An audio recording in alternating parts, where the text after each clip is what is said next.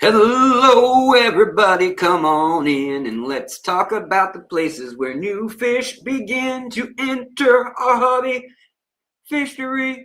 So, guys, today we are doing a live talk. I felt like I haven't been able to travel lately. I haven't been able to, get around the country, Canada, Mexico, wherever, even Europe. I had a place to speak in Europe lined up as of a year and a half ago. And ever since my health went boom, boom, I haven't been able to count on any of that or really even flying for that matter. And hopefully that will turn around really soon. But in the meantime, I just felt like I want to give a new talk, and I haven't written one in a while. So I wrote one the last few weeks and have been researching and wanted to share with you the 10 places right now that I think are the most prolific in uncovering new species of fish. Now, this list could easily have been 10 more places than what I'm listing, and the size is kind of arbitrary, but I kind of said in my head, like, if it's the size of France ish, the size of Texas maybe, or France, somewhere in there, then that's probably like a big area, but not so big that it's like so broad that it's not even really saying a place, but yet confined enough that it tells you like, oh, the border between here and here, and 50 miles on either side of that. So that is what our talk is going to be about today. So there'll be some maps, and I'll be talking about new fish that they have been finding in these places, but I will not be answering questions or comments. And I appreciate you guys so much for all the memberships, all the chatting, and the super thanks, and the likes and super chats, and all the things, the bells and whistles of the stuff. Thank you from the bottom of my heart. But I'm going to try to keep rolling so that we can kind of make this a presentation that you can sit through. And I'm also going to try to talk through this presentation so that it's podcast friendly, so that if you're in your car just cruising along, you'll enjoy it. Also, I wanted to make a new pledge, as I see someone saying, why did you use AI in your thumbnail? And it's because I am an artist, and I would have illustrated this thumbnail normally, or would have photoshopped it.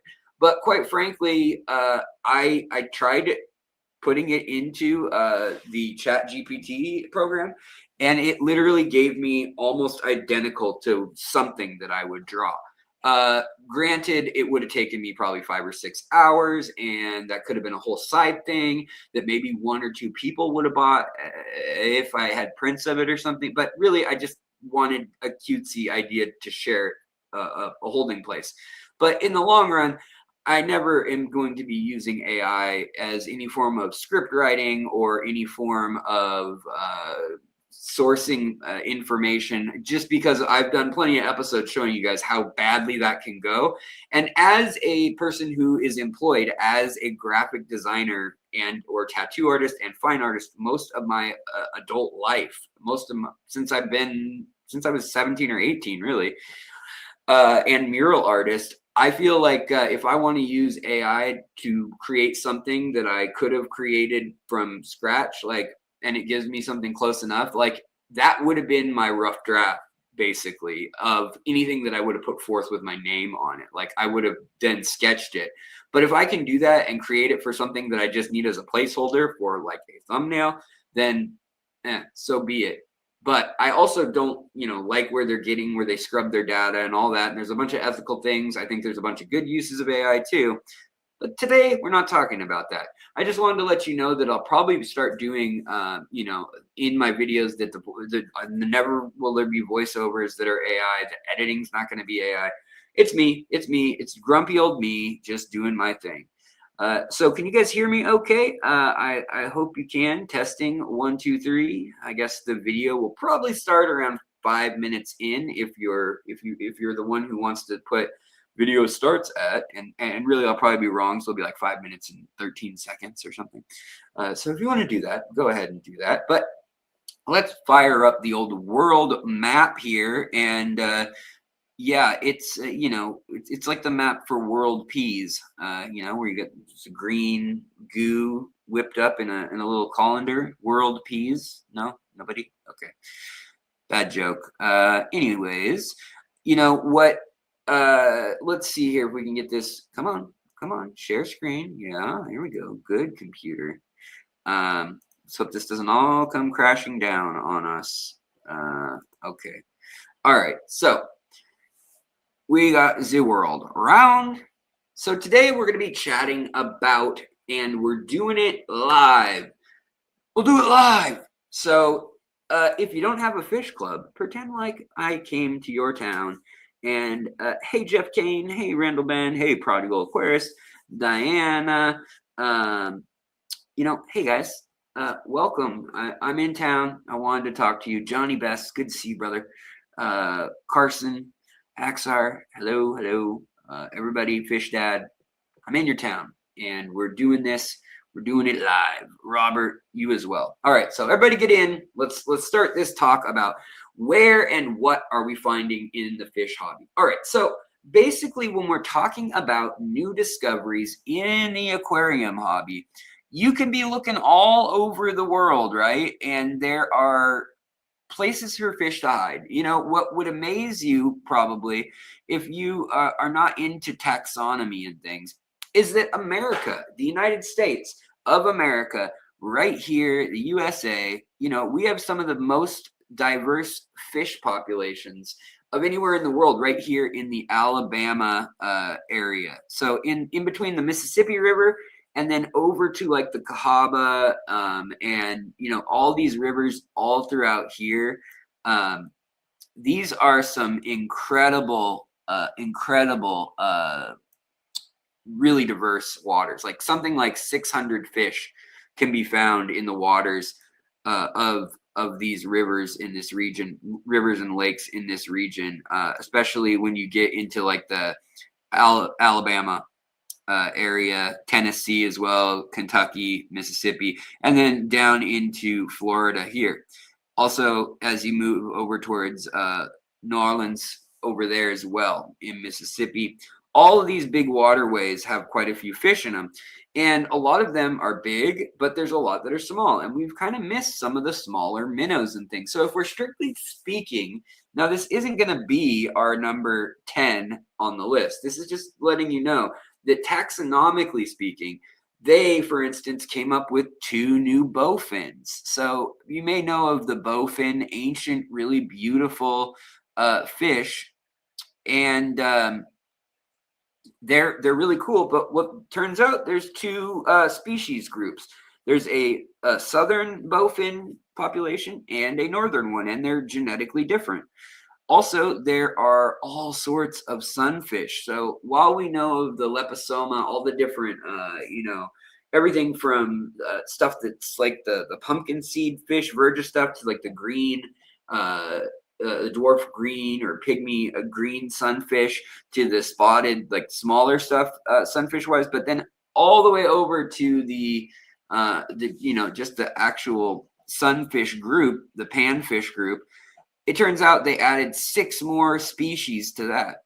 Same with like bass. Now there are a total of like 7 or 8 bass species here. And they're doing this with darters and all sorts of things. So if you want to get into this sort of technicality where they're species that we didn't know existed, this isn't necessarily a region that wasn't well documented. This is a region that's very well documented. And while we still will discover 1 or 2 new fish in a creek or something that were kind of overlooked or assumed to be something we knew about, a lot of the developed world, or that is, a lot of Europe, a lot of Asia, the Middle East, big metro areas in anywhere in the world really, but a lot of these regions and United States, Canada, Mexico, a lot of these fish are pretty well documented and known, even when they're in really rare like cave locations and things. But that is where we tend to find them, is either a taxonomical error where we didn't know that they occurred at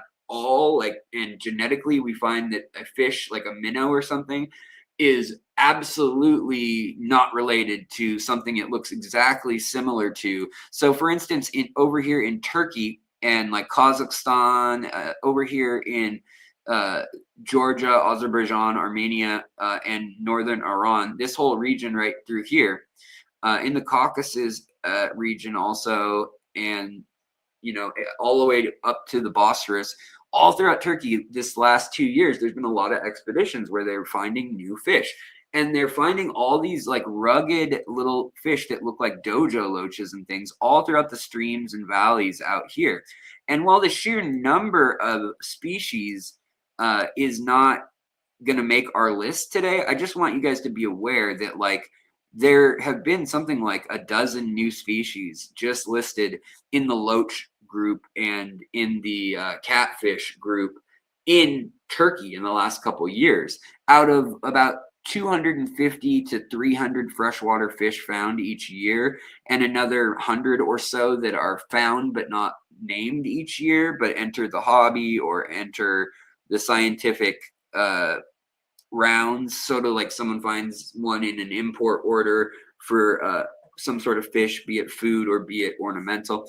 But let's kick off our actual list. I just wanted to talk about that, how we have a lot of new species. If you were to compile a list and you ask, for instance, AI to do the list, rather than someone who's a fish nerd expert, like I consider myself, you would end up with a list that probably figured, oh, who's got the most fish accounted for that have been published in scientific journals. Actually, it probably wouldn't even do that. It'd probably go to a magazine or a Reddit post online or forum post and social media posts of like those social media shares on Facebook or TikTok or whatever. And it would probably read through things and decide, okay, this one's mentioned the most. So there's a cave fish that was found here. Well, it's going to see a lot of stories that are sensational about that, or about a gecko that's found over maybe an obscure fish in North America that's in some journal of like freshwater ecology in the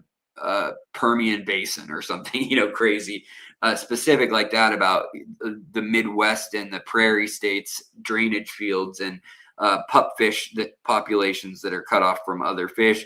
And like, it may be that, yeah, we knew there were these fish in 15 different lakes. Turns out genetically, they're all completely separate. Like, they're more separate than other fish out there. They may all look like little blue or gray killifish, but it turns out that some of them are separated by 15 million years. I'm making this up, but I'm just saying that's an example of like these pupfish that we find. Sometimes they're very, very isolated and different. Other times it turns out the whole population of all 15 lakes is really kind of just one species, and it's probably going to get grouped as such and then labeled as collection points. So this list kind of required some nuancing on my part on deciding, well, what really are these 10 places, if you look at all the facts, where we're truly finding fish that you could set next to each other and say, yeah, that's one, that fish can't mate with that fish. That is a new species. It is adapted to this environment, and we didn't know about it, and that is cool looking. So that's what we're going to be talking about today. And with all that out of the way as formalities, let's jump right in. And I'm going to say some words that you might say, what? To? And yes, it's a location, and that is Bamako, Mali. Bamako, Mali. Okay, so let's zoom in on, you probably heard Mali. Well, there's another town that's you may have heard of, another city in Mali, Bamako or Bamako. And here it's on a big old river, the Niger River. And this river runs through somewhat populated region, but it runs all the way up in here. You get branches of it that go all the way up through like Timbuktu. And these are desert arid regions, but then it connects back down over here. It goes all the way. And here you can see that this Niger River starts to get really braided again and spread up. Well, then it kind of reaches these higher highlands and national parks, and the rain, it's not so deserty here. It's again more of a savanna and or even like flood area. And in this area, you then end up going all the way down here. Well, this is a big area that we just mentioned. So let me backtrack. But what I wanted to say is that, believe it or not, during the colonial days, we discovered quite a few fish in the 1850s to the 1910s period in a lot of port areas, and we'd go up these main rivers from the ocean, and we'd find, you'd send an expedition up for, say, 6 months and have them go nice and slow and have them net things and dynamite things and use local poisons and local trappers and things to catch as many specimens of as many critters as possible. Here, obviously, there's a massive diversity of fish, everything from there's tetras, and as you start getting closer to Central Africa, there's more and more. But as you get up into this kind of region up here, it's been very unstable for a long time. And in this transitional zone, where you get everything from Western Sahara, and these are big countries. So, I mean, I do want to make that clear. Like, here's Texas. This is a lot bigger than Texas, this area that we're going to start with. And that's just because it's number 10 on our list. But if you were to just start in this side of Guinea, a lot of these areas, a lot of these borders are literally just rivers. And they may have not even been navigable when they were chopped up by the European powers that chopped them up amongst themselves. And in the post-World War II years, I should say, they also, chopped it up more. But you get weird countries like the Gambia, which is basically a river basin that is a country within Senegal. I don't know if you guys have ever noticed that, but that's very odd. Now, there are a lot of cool fish, and I have books of fish of Guinea-Bissau. I have fish of Senegal. I have a book of fish of Cameroon, which has like 800 and some fish in it. So there's all of these fish and a lot of fish diversity. Well, the whole problem with this region is that even though there's people here, it's near the equator. If we look at the equator, it cuts through right below where Africa kind of has this lobe hanging off here in the Gulf of Guinea. And basically, this whole region, it gets all the moisture and rain from the warm waters here that kind of circle with the Coriolis effect on the equator, and then it spirals off storms, which come all the way across and actually end up raining on us here and bringing water to Alabama, of all places, where we have all those nice, wonderful fish and the diversity there.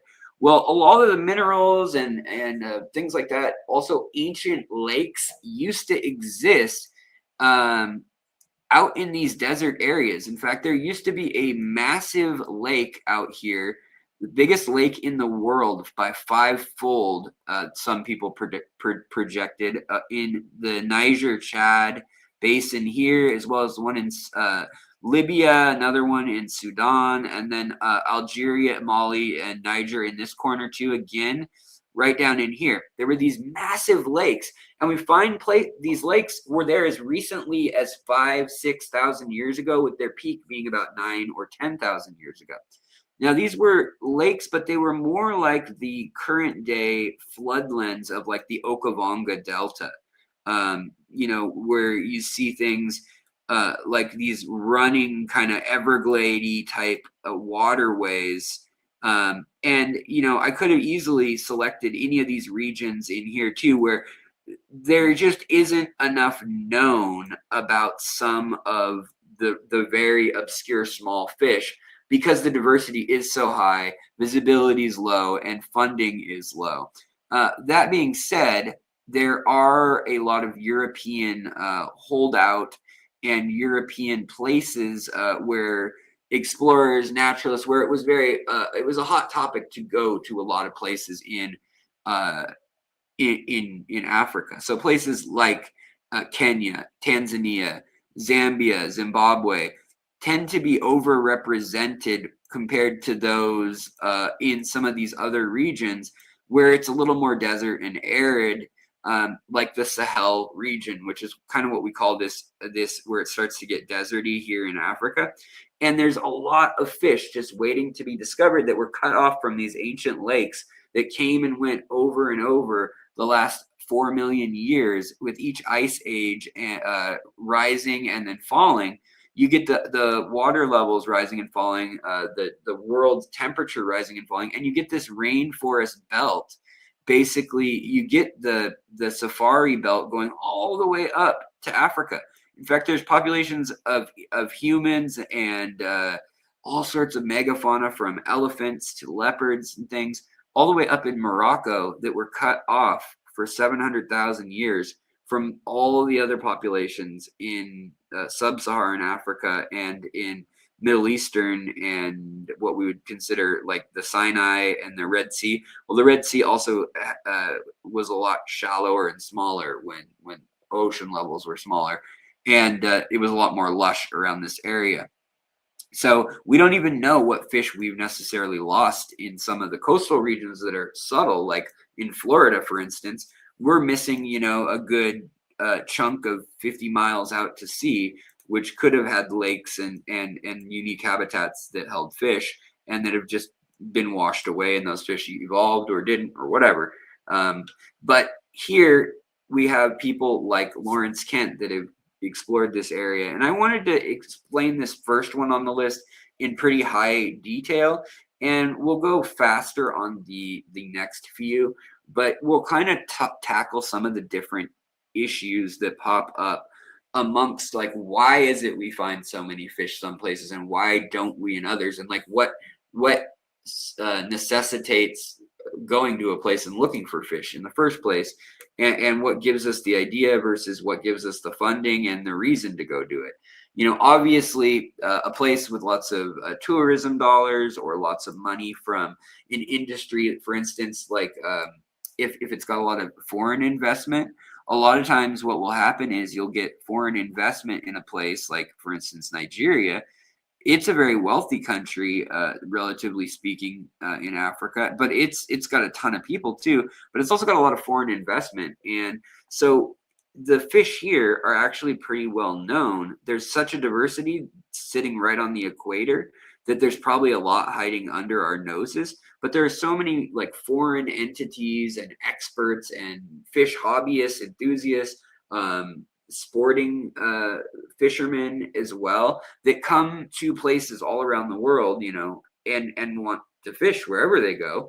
And so they bring back this info, as well as the scientific community bring back this info to what ends up being the hub of Europe and America, kind of, especially early in the 1800s and turn of the 19th to the 20th century.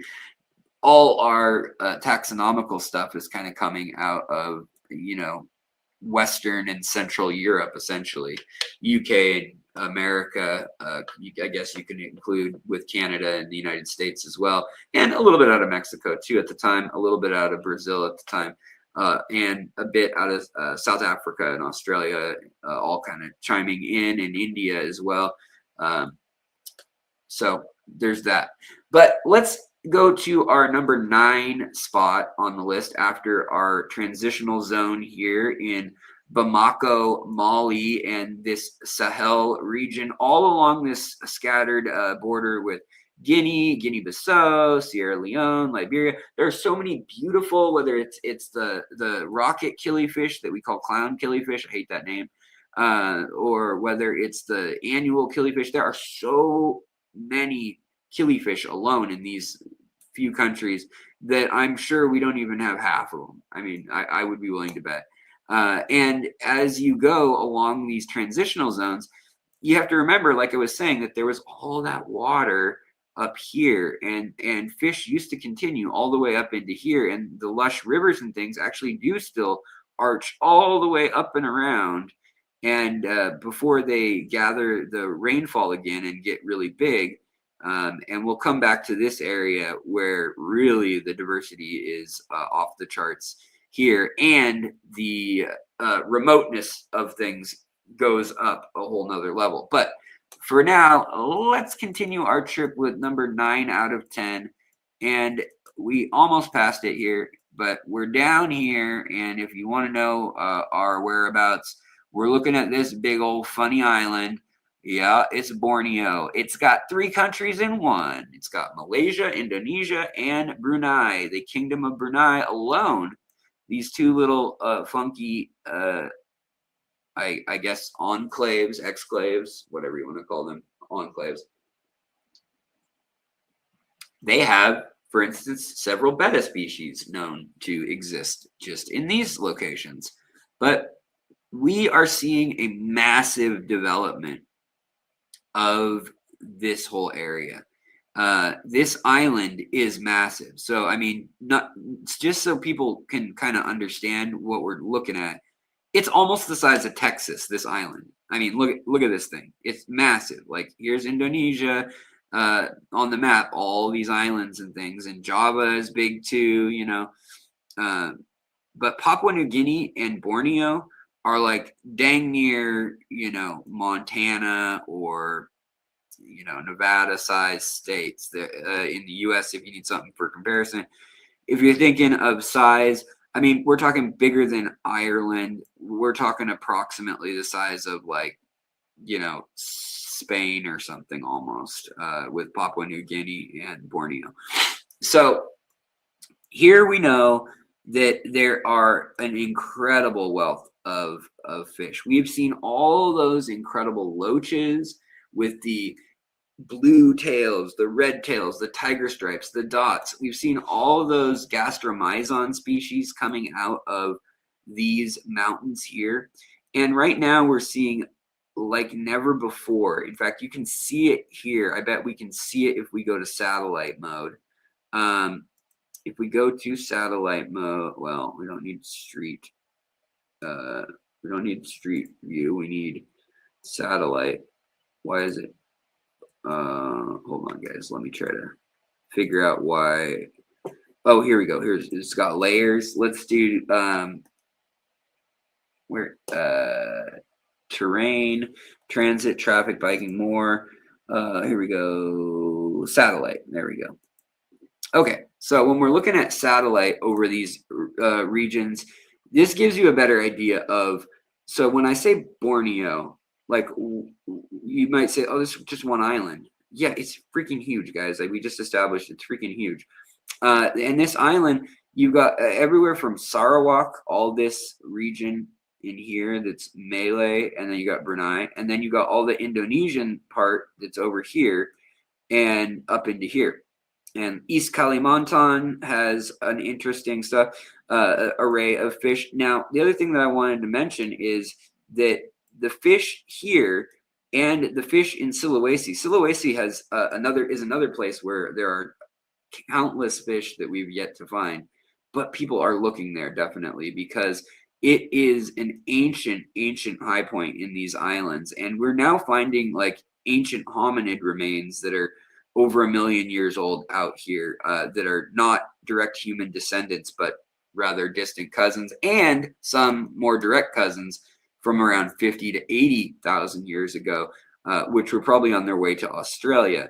But nevertheless, if you look here, there's a thing called the Wallace line, and it's a made-up line basically that says everything to the left of the Philippines and Sulawesi and North Sulawesi and all these big islands here. So you've got the Sunda Islands, you've also got Sumatra, and then you've got Java, of course, too. And then you've also got Timor and East Timor. But all that stuff has mammals and animals that are from the continental side of things. So all the fish tend to be stuff that's over here. Whereas everything that's further out, so in Papua New Guinea, on these weird little islands like the Aru Islands and some of these other like very like Aru Islands here, very specific small. I mean, they're not tiny as an island for the sake of an island, but it's tiny for a spot to have 5 or 6 unique fish species, right? And out here, this is all stuff that evolved together with all the Australian continental stuff. And there are lakes that are 16 million years old in this ancient lake region here, and we'll talk about that more in another episode. But Borneo, what I was going to say, by looking, you can see what a green mass is. Borneo. I mean, Borneo is just thick, and very, very mountainous. I mean, very mountainous to the point where no one knows where these borderlines are. And the creeks and streams. Look at all these creeks and streams and ridge tops and mount. I mean, all those are places where hill stream creatures are going to be living. Everything from little rasboras and loaches to, I mean, large fish like gouramis and catfish and things like that are also found over there, as well as things like half beaks and all sorts of little rice fish and things like that.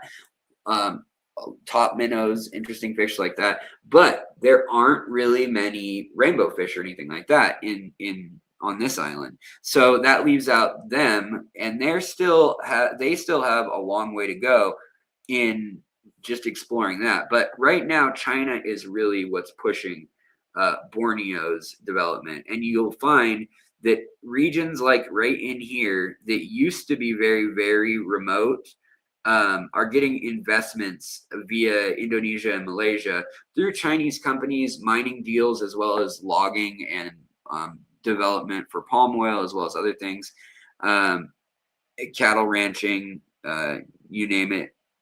That stuff's still going on, and they're taking a lot of the island every year. So it needs to be saved for sure, but it is still one of the places where we might even find large mammals there. We don't know. I mean, there's literally rhinos on these islands that evolved and stayed out here until very recently. Like just recently, in the last 20 or 30 years, we're starting to lose kind of the last of them. Some of them are being held in breeding populations, but that's a different story for another day.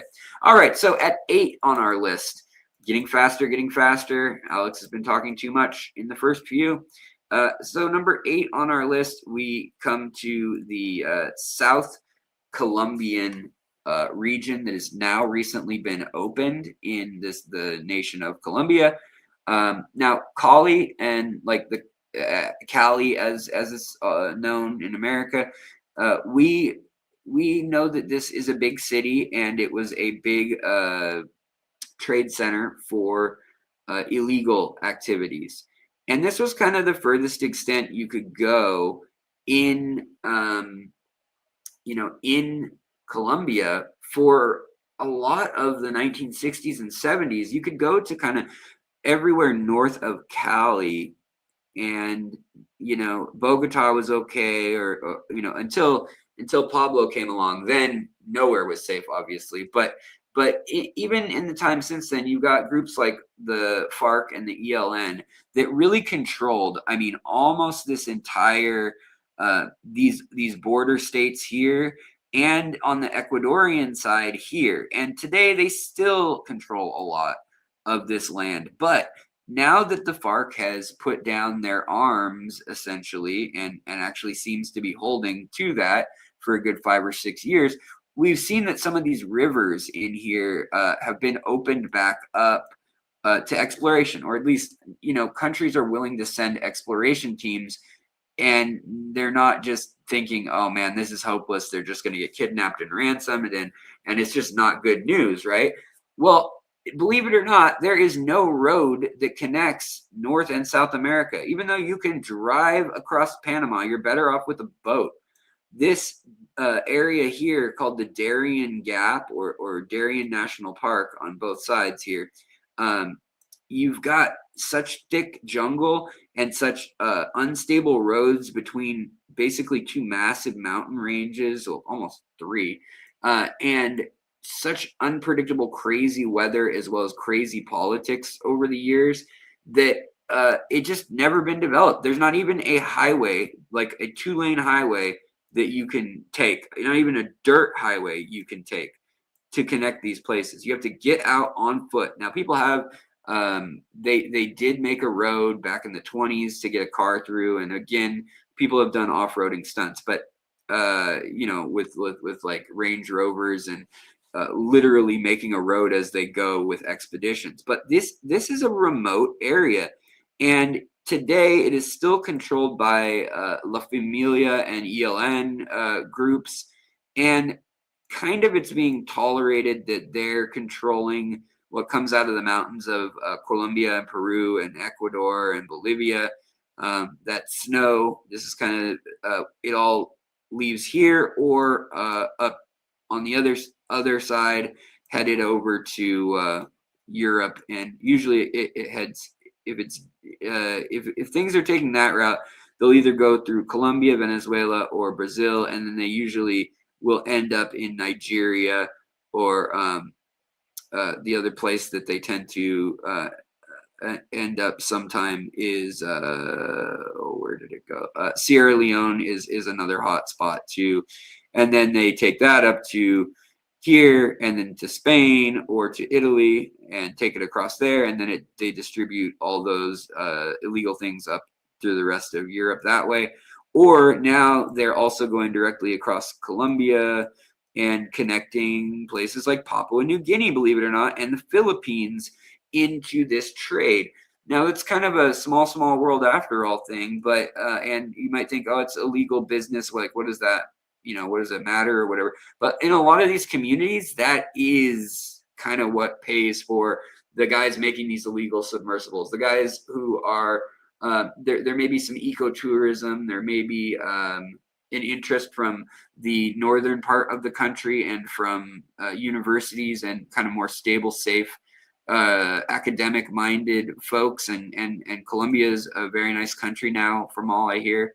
But there is still that past there, and that past is recent enough that it really did prevent exploration until very recently. Nobody was going to send teams of people with little beakers and vials and stuff that looked expensive, mass spectrometers or water detection gear, to these regions. And this comes up again also, we didn't mention a ton, but in Africa, this comes up a lot, where you end up seeing Boko Haram.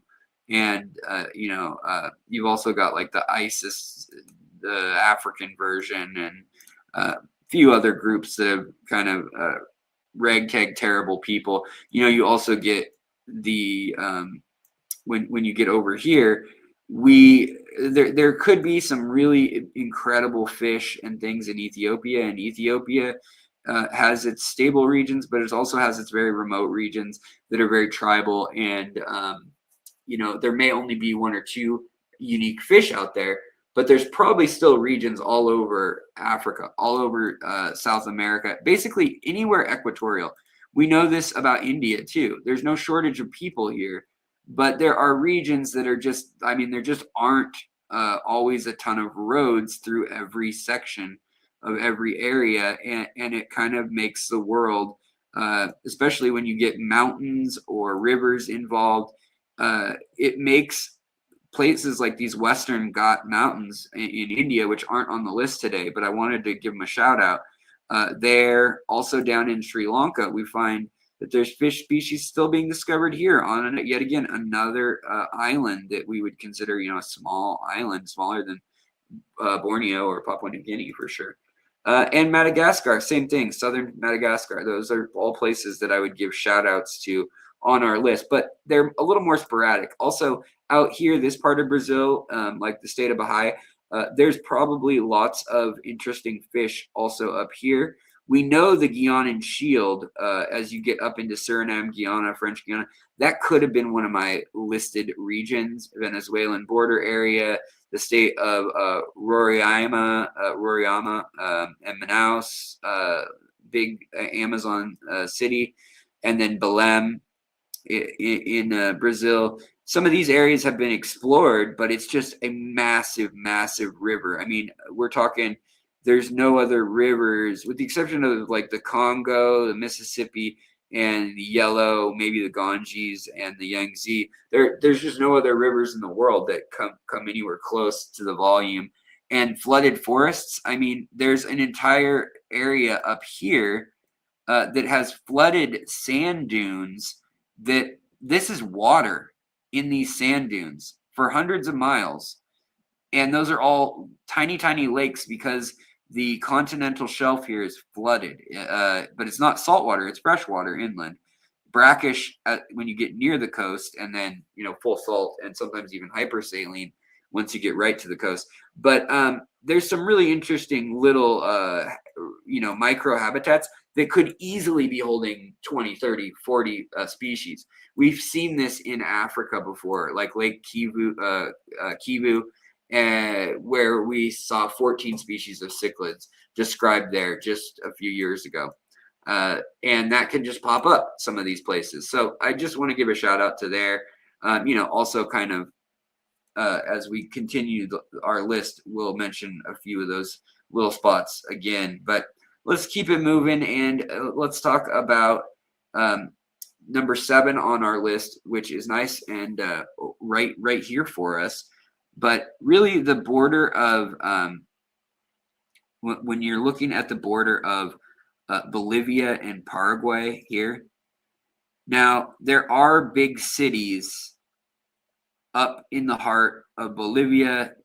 There are kind of, I guess, settlement and exploration kind of follows the mountains and where the water and the rivers are here. And there's the Andes Mountains, and you kind of have two separate states big time. You got La Paz, which is the big Incan Empire tied. There's all the very ancient, very advanced civilizations throughout Chile and Bolivia and Peru. But also in this region right in here, kind of where the forest meets the so, I mean, like, for instance, down here, those super cherry red tetras that people have been seeing, some of them came from over in here. We also, if you're thinking of like the heart of the Amazon, that's more up here where we get most of our fish. But this is a huge area. I mean, we're talking right now, this little scroll bar right here is 500 miles. The legend right here is 500 miles, meaning that basically it's saying that from Bolivia right here is about 500 miles across alone. So, I mean, this is 250 miles from Santa Cruz just to the Brazilian border. And in this region, you get really interesting stuff. Like, you get these kind of more temperate and farming communities in here that were established, and they've been kind of poor farming communities for a long time. But nobody's really done a big exploration of the waterways like they have for a lot of the tropical regions. And now they're learning that there are actually quite a diversity of fish creeping from the groups of fish that we would expect to see all the way in the Amazon. And, there are fish that are related to groups of fish that are from all the way up here that we're finding all the way down in here. And we're finding corridoras and things all the way, down towards, this southern side of Brazil. And it's definitely worth exploring. Definitely, there's some talk too in southern Peru of there being a live bear or two, possibly, that are actually on the Pacific side of the Andes. Which, if Heiko Blair is correct, he said that before he passed away. Said there were some in the south here. That's pretty interesting. One of the highest lakes in the world that has fish in it all the way up here, including some unique fish. I wouldn't say that these cold mountainous regions are like prime suspects for lake fish or river fish or whatnot. But these hill streams, boy, if we know one thing, it's that hill streams bring both, big seasonal changes, and all these little fingers here of mountains have little streams and creeks in them, at least part of the year, if not all of the year, and in the big valleys all year. And these places, even where it's a little more arid, a lot of these places have really interesting ecosystems. Same with like the Pantanal, where it's a little more like, it looks like the Serengeti, or kind of like an African scene that you would expect to see when you go out into these regions. And yet it is it is still holding some of the same little fish that you would probably just, you know, if you didn't know better, you just say, oh, it's a tetra. It's from it's from Brazil, so that's got to be from the Amazon, right? That's all the same thing, right? Well, no, it's massive, absolutely massive. And while a lot of the waterway is connected all the way from Peru all the way to the coast, it also is a little disjointed as you get farther south. And I think that makes for a really interesting place where they're finding a lot of stuff. So they're finding a lot of stuff right up on the Ecuadorian border where they're doing new exploration in Bolivia, Paraguay, Chile, and Peru, which I know that's too big of an area to call one area, but all the Andean Amazon is ripe for exploration. Especially, there were also groups known as like the Shining Path in Peru that at various times, communist or far right at other times, if you look in other countries, either communist or far right or fascist or whatever dictatorship type groups, sometimes narco groups, also controlled a lot of remote regions in that area as well. And it just wasn't stable. There were a lot of bandits and things like that in some areas. And now we're seeing the world connecting more than ever, and that not really being able to happen, where they're still running their kind of clan as its own country in their valleys and things. That the kind of world has opened up to that too much, although it does continue for some, you know, probably will for another few decades. So number 6 on our list is going to be right here in the heart of Africa, the Democratic Republic of Congo. What a fun name. Nothing really stable or democratic or Republican about Congo. It is notoriously unstable. It has a ton of people. I mean, we're talking like 100 million people or something. It's huge. I mean, again, if we're comparing it to Texas, it fits like what, 3 or 4 Texases in it. And this, just the Congo River alone has not been evaluated. There is the mouth of the Congo River, if we look right over here. So there's also the Republic of Congo, which is a country, and then the Democratic Republic of Congo, right? And some of the borders aren't even clear here, just so you don't feel bad if you didn't know that. But yeah, there's like this river border region here. Look at this. Look how braided this is and flooded. So there's still fish being discovered here. And there's a part of the Congo River right over here, before Kinshasa even, that's like 900 feet deep. 900 feet deep. The deepest river in the world, 700 to 900 feet deep in stretches. And they're finding fish that live down there that, like, their bodies didn't really come up. Fishermen didn't really fish for them. But there's like interesting relatives of skates and rays and also kind of like catfish or loach or flounder and sole type fish that are, you know, probably entered, evolutionarily speaking, from the Atlantic here.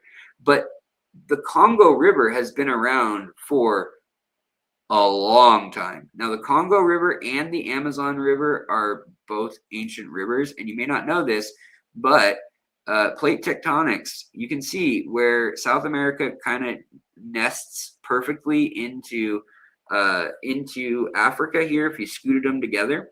Well, they used to be together, and just like the Appalachian Mountains and the United Kingdom used to kind of all be crammed together with the Pyrenees and here with like Spain and stuff on the coast, there are existing here in the Appalachian Mountains, there are rock formations that stop here and all of a sudden pick back up in the United Kingdom. Well, this is like a zipper all the way down the continent where we see the same thing. We see rock in Suriname, we see rock in Brazil, and it fits perfectly with the rock we see over here, and it's split over time, and you get the Atlantic mid-sea rifts right here. These are big gouges in the sea where things are splitting apart and filling with lava as they drift apart. And you can see them here, like, again, like a zipper or a crack forming.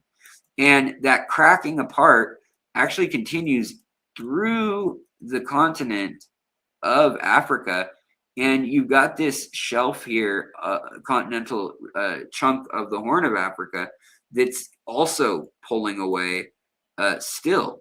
And so that's why we get these massive lakes here, these rift lakes, Malawi and then Tanganyika.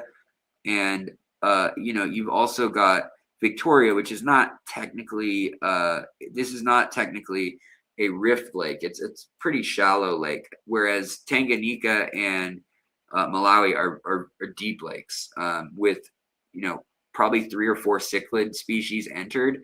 I have whole videos on this if you're interested, but we talk about how 70 million years ago to 90 million years ago, the split apart of Africa and South America occurred. If you go back all the way to 100 million years ago, the Amazon and the Congo were the same river. Let me repeat that. The two biggest rivers in the world essentially were one river that was way bigger than any river that's ever existed since or before that we know of. And it was some massive, like 8,000 mile long river, they believe. You can look it up, the ancient Proto-Congo Amazonian River, or Amazonian Congo, Proto-Amazonian Congo River, but archaic or ancient river. Look that up. Fascinating stuff, but it's why, like, Corydorus and, for instance, the other, like, you got to go all the way back 60, 70, 80 million years to Corydorus and, like, the squeaker catfish and things like Peclotia and the, like, cuckoo catfish and all that kind of stuff. You have to go all the way back to those similar small catfish and armored catfish when you're looking for a common ancestor. They've been apart a long time. Now, we don't know if the cichlids split up all the way back then, or if they had a common ancestor that swam between the two. But any way you look at it, a lot of fish came from the sea and worked their way back in over time. So you get fish that start out as both fresh and saltwater evolutionarily, or just saltwater, and then they go to fresh, and then they get stuck somehow in freshwater and stay there, and then from there they evolve more. And in the case of the rift lakes, which are well documented, undoubtedly there's more going on there. There's more species that are not documented here, but just in these Lake Tanganyika, Lake Malawi, and Lake Victoria, these 3 lakes here, you have something like 1,800 species of diversity. And if you looked in the DRC, looking through the deep Congo, there undoubtedly, the Volta River, the Congo River, these areas are undoubtedly, I mean, this is a satellite map. You are seeing cities here. Oh, wait, you're not. Yeah, there's no cities here. There's nothing here, guys. There's rivers. There's place names, and like a city here, Kinshasa is, well, that's not Kinshasa, but this is a place. Wait, is that? I might be mistaken, guys. Hold on one sec. I'm confused as to why that showed. Oh, oh, no. There we go. There's Kinshasa. There's the capital. I was like, that's not right. Like, apparently there's 2 places called this. One in the middle of nowhere, and that said it had a hospital. I think it's just not placed correctly. But, like, their capital cities, a huge place, big sprawling place. But that's over here, again, all the way over here by the edge of the country and by the mouth of the river. When you get in here, there are a few cities of note, but really it's a lot of tribal lands and a lot of groups that are run by ethnic factions. Even still, nomadic groups can be found in the heart of Africa, although less and less every year. Okay, let me just I just want to make sure that the stream is still going good. Okay, I hope we're doing good, and I'm going to continue on. We are at number 5 in our countdown. Welcome if you have a fish club nearby and I couldn't make it to a talk. Well, here's a talk for you now. And hopefully, what I'm thinking about doing in the future is going over the fish found in the last 4 or 5 years and maybe editing pictures of them over this talk for y'all. Or if somebody else wanted to do that, boy, that would make my life easier. Just kidding. No, that's the goal. So where are we going next? Well, it seemed pretty obvious while we were over here, right? But Papua New Guinea. And that's going to include all these weird little islands. New Britain, I mean, Bougainville Island, all the way over to, the Aru Islands and Maluku.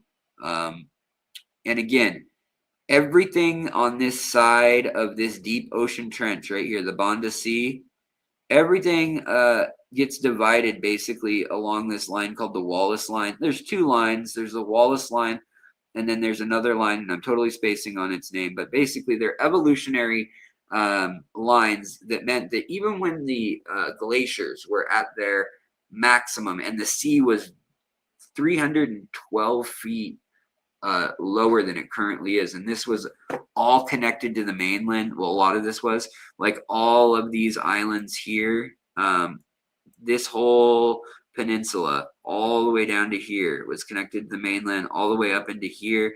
And a lot of areas today that look separated by something like 20 miles from here to here, back then may have only been separated by 10 miles or 8 miles. And you can kind of see some of the trenches that occur on this Google map, which is nice, that make it so that, anything out here, like you're not going to get anything other than maybe a Stiphodon or some little goby that tried to make it out there that got lost, right? Whereas anything in here, you've got crazy diversity of the creatures and even the rivers that were part of the freshwater country or continent rather. And this is the Sunda region. You can see it here, the whole light colored sea here, that lighter blue, that was all connected. Well, right here again to Australia, where we're at now, in Papua New Guinea. Again, Papua New Guinea is an island, but there's the half that is Indonesia's, and then there's also a half that it's its own country. It's an independent country.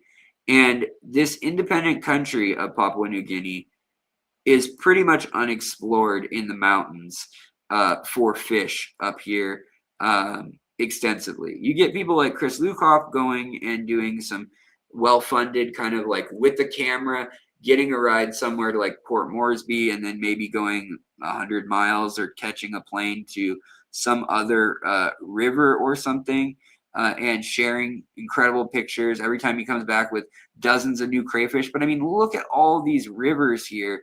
This is where all your rainbow fish come from, basically. This island here and the northern part of Australia for the most part. I mean, really the whole north of Australia, even kind of around to the side here. But up in here, I mean, we've got just in rainbow fish alone, but there's also loaches, there's also rice fish, there's also little danios, and well, they're small, like danionellas. There's also similar to rasboras, like the Sunda danio type stuff, but they're not true rasboras. The true rasboras are all actually over on this side of things already. But this area really is a no man's land. There are places that people have never been, that humans have never been probably here. Some of these mountain valleys and things, you get 14,000 foot, I mean, we're talking like 5,000 meters, 15,000 feet at the highest points, mountains here in the central spine of the country. And they're not just one, they're like a range and tropical jungles within snow and even in some cases glaciers and things. But now what I want to show you that's so sad is this. Look at this. This is a mine. And here you can see Alpes Camp. You can see, I mean, you can explore these places on your own. There's a Lutheran church. Here's a revival church. Here's a hospital. I mean, this is a giant industrial complex to strip mine this mountain. Here's a Seventh Day Adventist church. You also get like a Mormon church. All these churches from the West are here, and it's because all these foreign mining companies and things have been a hub for Westerners in general. But also when you bring in 1,000, 2,000, 5,000 skilled laborers from Asia, people who know hydraulics, who know heavy machinery, who know blasting, who know geology, who are doing mining and chemistry and refining on site. Also, and they're able to get to these crazy remote areas. They are the ones who are putting in these roads. They're the ones who are cutting, swaths of these forests away and not caring. I mean, look at this massive scar on the land. They took out entire mountains, and they leave behind in this area something much worse than just palm oil plantations and things like you see in other parts of Southeast Asia. You actually see in the mining regions, I mean, it looks as bad as a actual mountaintop that is just bare bedrock exposed to the weather. And it looks that bad in a lot of places where humans have done their deeds. And so there are places where also I want to mention a lot of massacres have occurred here of the natives. And then they say, oh, no one's living there. But it is so uncharted that news doesn't get out. Even today with cell phones and things, only now with solar charging and tech getting so affordable so that some of these tribes can afford them. If someone in the tribe maybe also works at the mine doing like manual labor and getting paid some very small amount. But the problem is a lot of these mining companies, whether they're American, whether they're Chinese, a lot of them are Chinese, a lot of them are Canadian, a lot of them are American. There's Dutch also, there's Taiwanese. But a lot of them don't follow any of the labor practices. They don't follow any of the environmental practices that the West would follow or that they would be required to follow.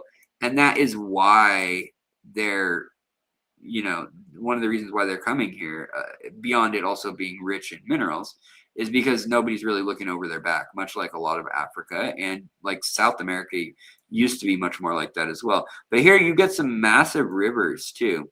And again, that's where a lot of the main cities are going to be based. But also the Fly River right here, where you get the Fly River turtles and stuff. Really interesting, fascinating stuff evolves out there. Really, it is a lost world. It is basically an island on an island on an island when you look at like the lakes within the mountains and the valleys of such a remote place. It's really, really wild. Yeah.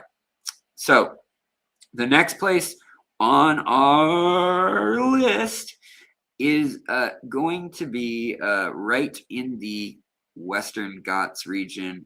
I said it wasn't on our list. I lied. The Western Ghats is specifically. I shouldn't have given that away. I should have. But this whole mountain range, even though India has more people than China now, I believe, right? This green on the map is so lush. And let's zoom out so we can see the, hold on, let's go back to terrain. The equator, right here. Equator, so we're well north of the equator, but we're still very tropical here in India. And also we got that continental climate, but we also have the moisture of all the wet seasons here. And here you get all sorts of interesting stuff like those little micro crabs. There's over 250 species, like something like 40 species were discovered in the last 2 years just in these three parks right here. Really cool. But this whole mountainous edge of India here from this southern cluster to up in here is all it's been explored by both colonial visitors from Europe. Also up here, Goa, this was Portuguese at one point. And a lot of the world has come through here and traded. Arabs have had trade ports here and things. Obviously, the British controlled all of Pakistan, Afghanistan, most of Iran, and Bangladesh, Assam, which this is part of India too, if you didn't notice, guys. This triangle here, Assam, and Nagaland and Manipur.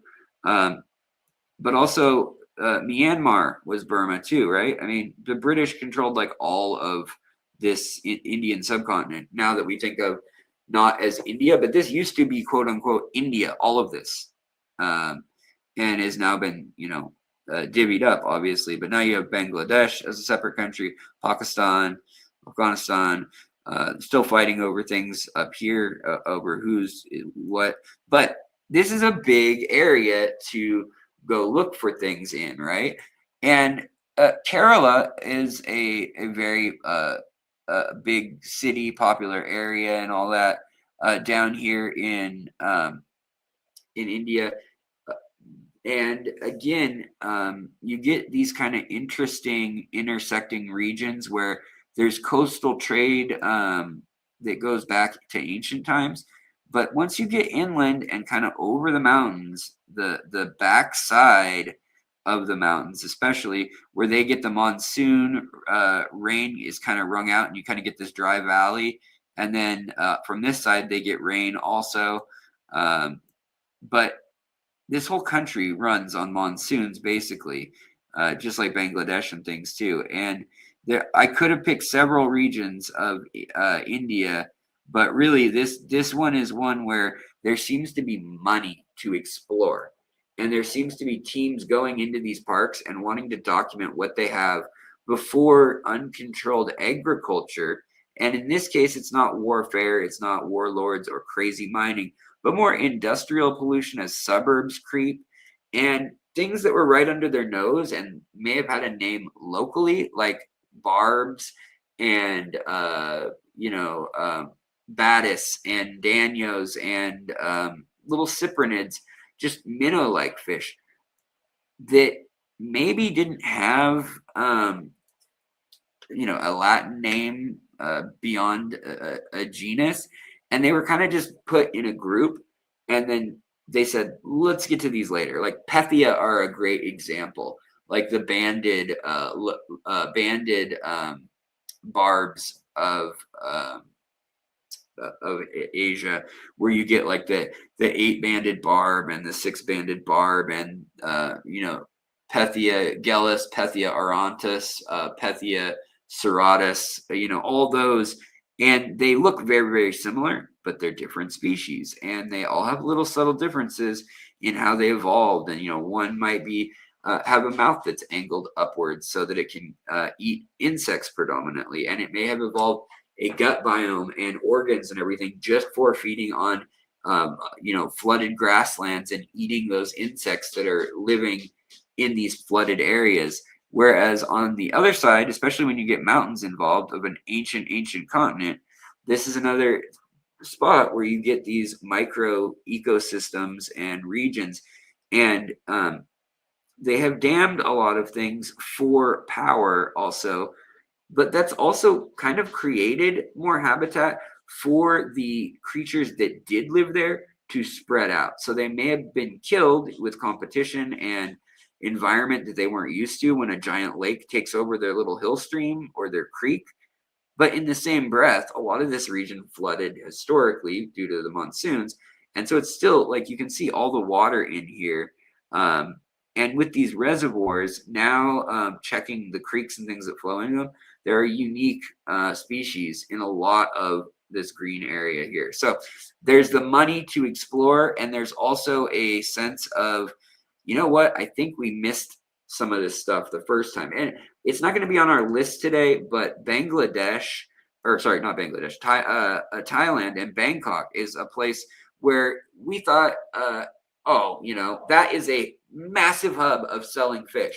Even Singapore, which is a city state, that's a place where shrimp and fish and you know, right on the tip of Malaysia. I mean, look at this thing. It's like so tiny. It's not even, look at this, guys. It's not even 10 miles across.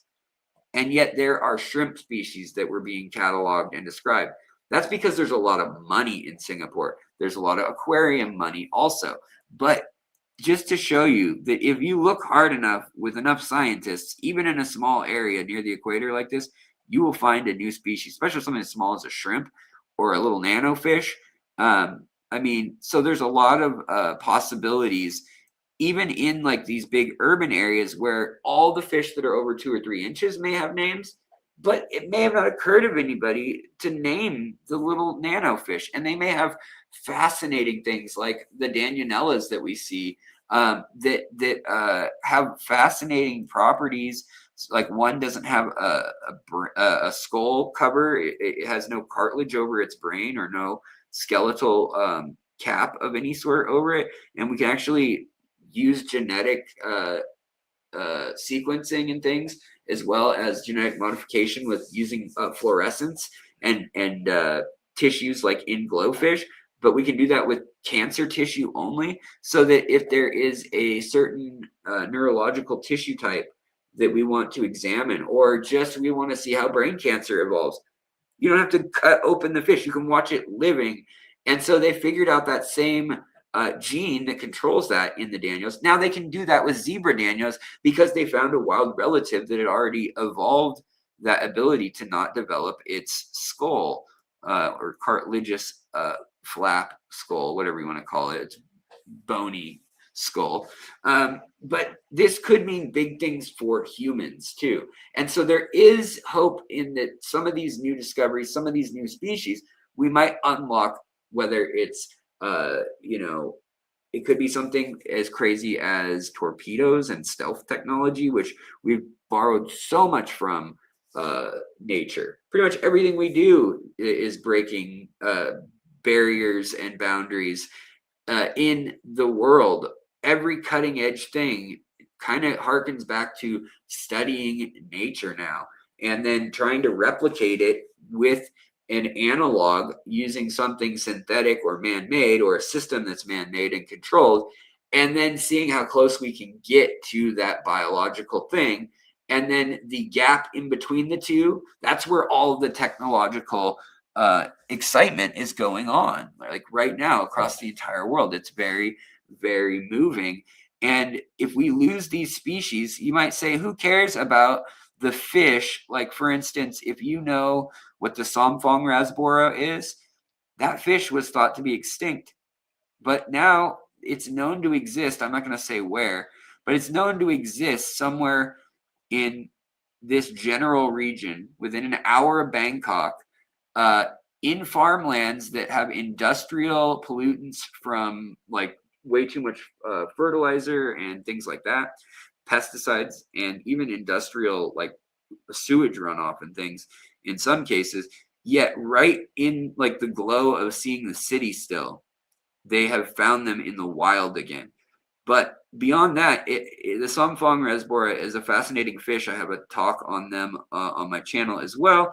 But they talk about how they thought they were extinct in the 70s. They used to be very common in the fish hobby, and then they just couldn't find them anymore because they had totally wrecked this Chao Phraya River. It runs right through Bangkok, ecologically speaking.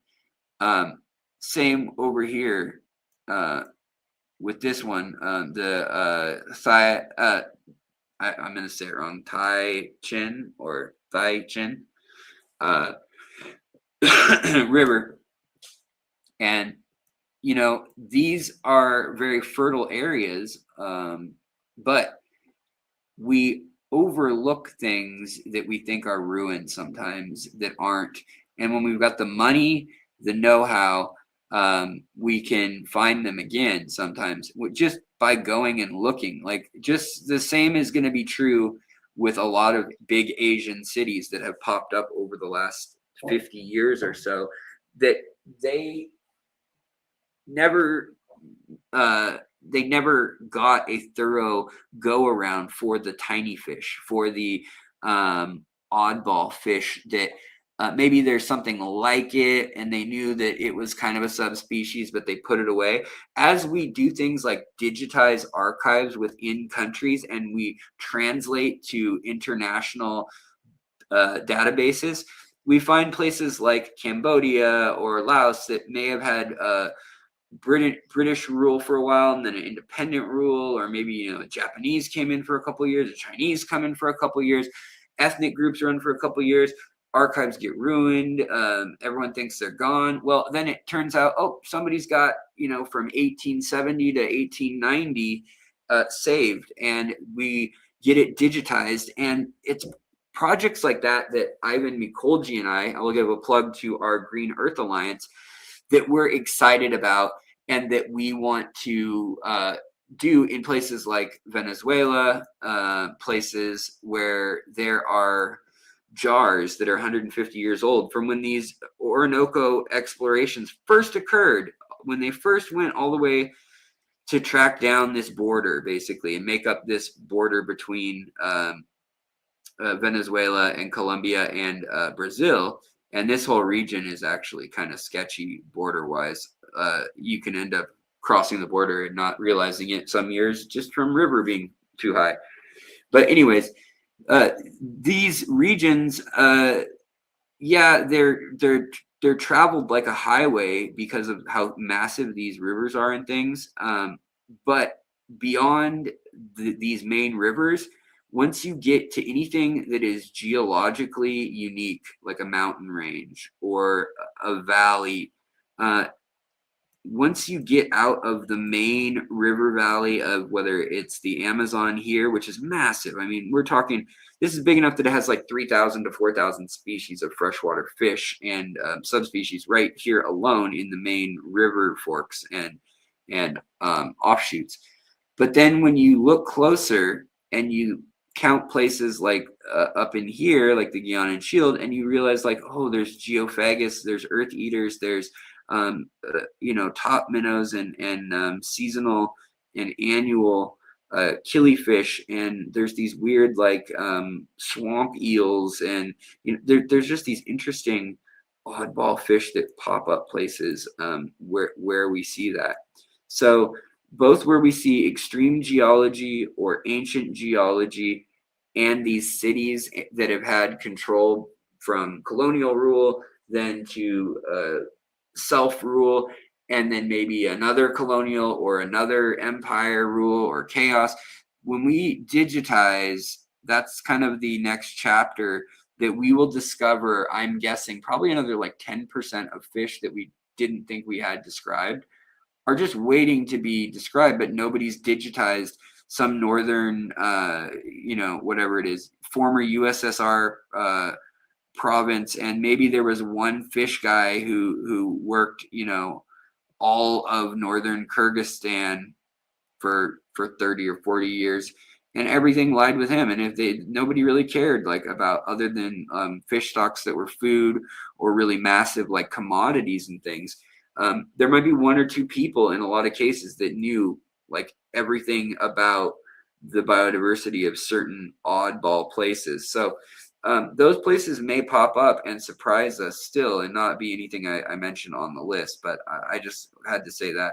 Now, number 3, we're coming home stretch, the big 3. So number 3, we've got Southeast China, and I'm going to call this separate from another region that's going to be in our top 3, but I'm talking more Henan over here and all the way over to Fujian and these super cities that are here, these massive, like, again, 50 million people, 100 million people in these areas, biggest cities in the world. In the areas that connect them, though, they get overlooked, and also right in the suburbs, there might be species that are overlooked. I mean, there are videos out about some of the hill stream species and some of the interesting little gobies and things that are found literally, right by Shenzhen, which is a massive city. I mean, one of the biggest cities in the world. And yet, you know, there's a lot of water here. They get a lot of rain here, and it's, again, it's not right on the equator, but it's not far. It's close enough, as they say. And you know, in Asia, the equatorial band is a little raised a little higher for inland because of that continental warmth. I mean, you also get tropical to subtropical temperatures all the way to, you know, up to about Taiwan, and then you've got the mountains up in central Asia here with like Tibet, Nepal, Bhutan, that it is a massive wall. And yes, they have been discovering some fish up here as well, but they're kind of like loaches, eels, catfish, things that surprisingly some of them aren't small either. Some are like some new carp. There's been a number of new things they found. But what I wanted to bring up about the stuff that's being found down here is that China, one, is going back with a real sense of expertise and pride, and they're discovering what is in all these places that could have gotten overlooked, that maybe the locals had a name for it. And with Mao's Cultural Revolution, with all the strife of the lost century, or the century of shame, as they sometimes call the 1800 to 1907, whatever, or even more like 1890s. But anyways, they kind of saw that as the fall from grace, and that's the time when a lot of things were getting mapped. So if it wasn't of interest to the colonial powers, or it wasn't a commodity or a foodstuffs, then that fish may not have been recorded, and it may have been fished out. I mean, we see things on the massive rivers of China, the Yangtze and the Pearl, and you know, you see things like the river dolphins and the alligators and paddlefish and things going completely extinct. But the diversity was there, and in some cases still very much is there. And some of these rivers are really, really massive still. Zhejiang River, another massive one. And these regions are really beautiful too. If you ever have time on Google, this southeastern China, all the way up to here, which I realize that's like, this is a good Texas-sized chunk right here, right? Yunnan province in particular, right in here. Just take that. I mean, that's not quite Texas size, but if you put Guangzhou and Hunan and Yunnan province together, that's your Texas size chunk.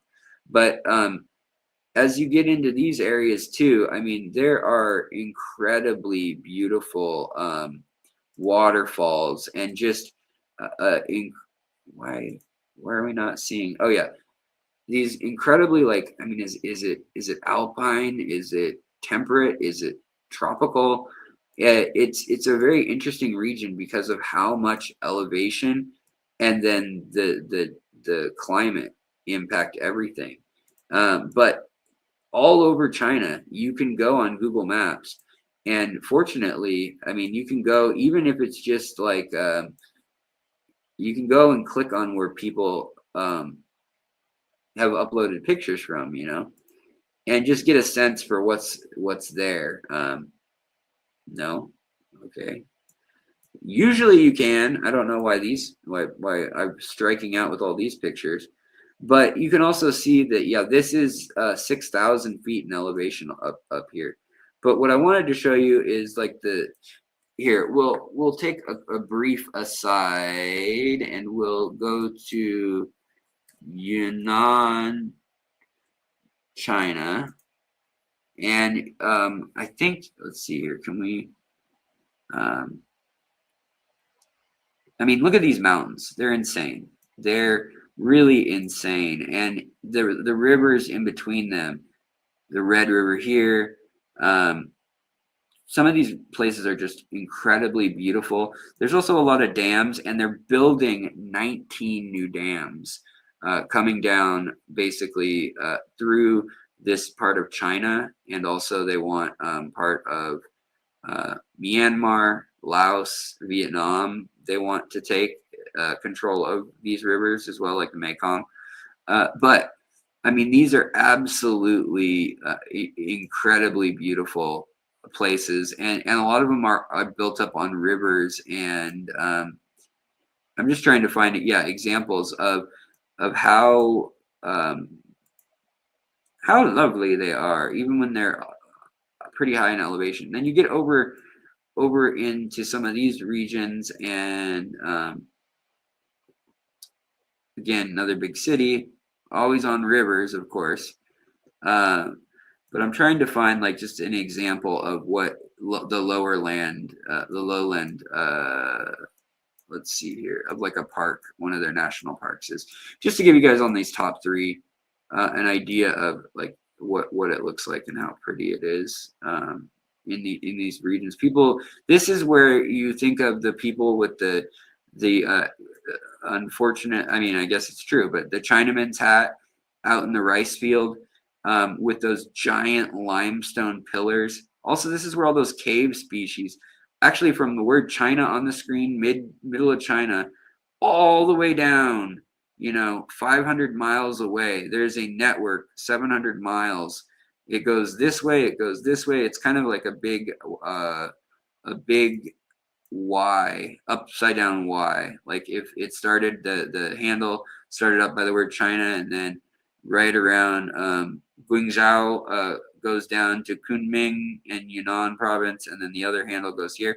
Well, there's those limestone caves where they found like over 100 species of actual.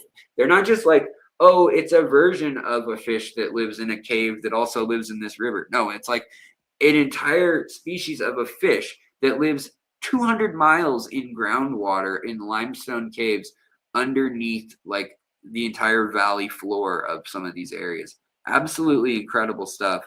But I'm not going to spend forever on this. I should have had something ready with the picture to show you guys of a typical Yunnan. In fact, I'm sure I do in some of my other talks. But it is just trust me, it's a beautiful part of the world. And while it is all under Chinese control, they are very interested in cataloging and sharing and I guess promoting that they have these wonders. They're starting to understand the power of nature and ecotourism and the what that gives you, the sort of clout, I guess you would call it, that gives you.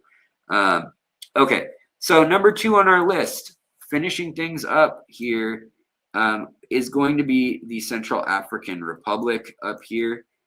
And really, it's following the Central African Republic where it meets with South Sudan. Very unfortunate how much war has gone on here. But if you follow these rivers that make up the borders and you come, from the Juba River, and over here you can see you've got the White Nile that then drains into Lake Albert here. And then over here you got more Lake Kyoga, more of these big lakes. This is due to a dam the size of this lake. Then you got Lake Victoria, which is massive, probably the biggest surface area lake in the world if you don't count the Great Lakes as one lake. But again, it's that whole journey along here that is, if we zoom out, we got about 200 miles from Uganda over here to cross really the Northern Democratic Republic of Congo. Before we were talking about the actual stretch of the river at the mouth, and we did mention all the way over in here, and places like, we know there's a lot of diversity in the rivers here. We know there's 800, 900 species in the river on the Congo, but I mean, look at this. There's just not even streets. There's not anywhere there. Whereas up here, same thing. There's literally like towns, but there's not even a street to like guide you out here. So we go back to satellite mode. And we know lots of amazing little dwarf cichlids, unique cichlids that might only like brackish water, or might only like high iron or high rather hardness and alkaline water. We see that going on also in Ethiopia, Kenya, specifically. We know that Lake Turkana, we've got the incredible jewel cichlids, or beautiful red cichlids that come from there. But there are these kind of unique minerals, and because it's such a place where we mentioned the rift is in Africa, there's kind of this northern end by South Sudan and the Central African Republic, or the CAR as it's known. And if we were to use the CAR as the center of exploration, as well as this river that leads down to the Rift Lakes, I think there's a lot to be discovered still here. This summer, Joe Coletti, I hope I'm pronouncing that right. Sorry if I mispronounced your name. Actually traveled 3 different rivers, and he had a live feed with him to every couple of days stop and talk to Canada. Now he was supposed to talk to Channel 9 and to US students as well, I guess, but I think something happened with the funding, so he did still broadcast to the Canadian company or country and their like national broadcasting system, but it was incredible to see him holding up all the specimen jars. And it was kind of delayed because he was like out in the middle of nowhere. He did the Zambezi River down here, and then he also did the part of the Congo, and then I think what was the other one he did? I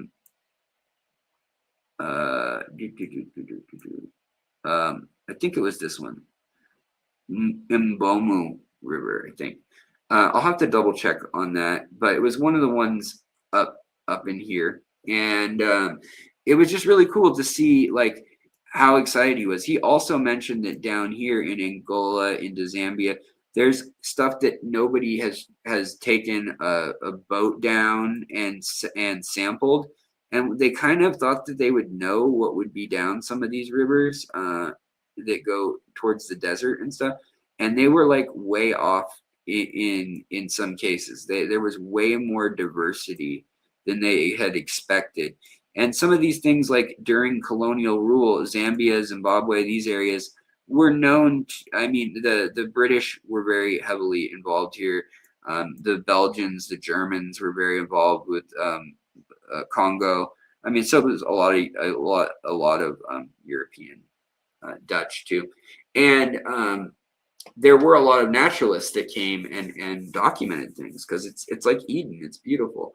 But I just wanted to mention that is another area where we're undoubtedly going to find, interesting everything from, like tire track eel relatives or whatever, to who knows if we're going to find something like more mormyrids. There's probably like 100 mormyrids that we still don't know. Interesting weekly electric fish, things like bichers that we still don't know. We know that they exist all the way up in Senegal, the bichers, and all the way up into Mauritania. Lawrence Kent, he, like, while we mentioned these places earlier in the list, he went to Western Sahara and Mauritania and collected fish in both places. Even though he's a madman, that was really, really dangerous. He used to work in the Peace Corps, but he went to those places and he collected fish, and some of them nobody had a name for. Like, he passed it all around European circles, and people were like, well, it's probably in, the genus of maybe this or that, but, and it's a cichlid, or it's a this or that, but we don't really know. Yeah, that doesn't really quite fit, And there's people doing this all over the world, and now with the internet and more YouTube and more universities and people being fluent in the internet and using social media and using Instagram and using tagging these places, tagging these fish, and people who are interested in aquascaping that live in Congo, for instance, even if they live in Kinshasa, you know, where there's some middle class, not much, but there's some upper class all over Africa, and there's some middle class. I mean, you may have people, though, on the internet communicating with people at universities, scientists, people all over the world. And so now we're putting together that, we're putting together echoes from the past, like interesting archives, like I was talking about. The Green Earth Alliance and Ivan Mikolji and I are trying to get everything digitized and photographed from all the mason jars and all the samples in Venezuela that are literally falling apart. And we're trying to get those digitized, if not 3D scanned and things like that, you know, would be even cooler. And then, you know, have that as a database that can live on, because a lot of these fish, we try and we try to go back and find them in a lot of different countries, and we can never find like that exact fish. Or maybe we find something that matches it anatomically pretty closely, but maybe there's 2 fin rays extra and the pattern's different. It's like, that's enough to be like, that's probably a different species, you know, it's probably in the genus of whatever we collected, you know, nearby, or whatever we found in modern day, but it's not that. Okay, so number 1 on our list, the final countdown. Where you guys think it's going to be? The whole world. We spent a lot of time, you know, right on these coastal, or right on these equatorial, give or take 20 degrees, you know, hanging out on the green zones here of the lush areas. All right. Well, my final pick, for all the reasons we've talked about this entire episode: war, narco state, conflict. It used to be run by the British Empire. Then it fell apart when it was handed over to ethnic control. Then there's been ethnic fights between both different ethnic groups. Some live on the river and are, you know, nomadic, essentially. Some live as farmers. Others live in cities and villages and are, you know, raising livestock, living sedentary for thousands of years in massive temple complexes. We are talking about the Golden Triangle region, and really Laos. I mean, we found a giant deer-like. It looked like a miniature giraffe mixed with a tapir, and yet nobody expected that. You know, yet Laos, even with the Vietnam War, even with colonial powers being there, is such a poor country and such a mountainous country, such a wet country, and so thickly forested that there are mammals and reptiles still surprising us there. So if there are still megafauna mammals coming out of a region, you know that fish could easily hide. And when we talk about the Golden Triangle, we're really talking about everywhere. And it's kind of, you know, we kind of cheated because Yunnan province used to kind of get sucked into this. Now China has really firmed up a lot of their border control. Although this region up here, when you come all the way north and you get into a Karen state or Karen state of Myanmar, it is semi-autonomous, and you can see here, like, this is also Nguyen Lisu Autonomous Prefecture. Like, what does that mean? It's weird.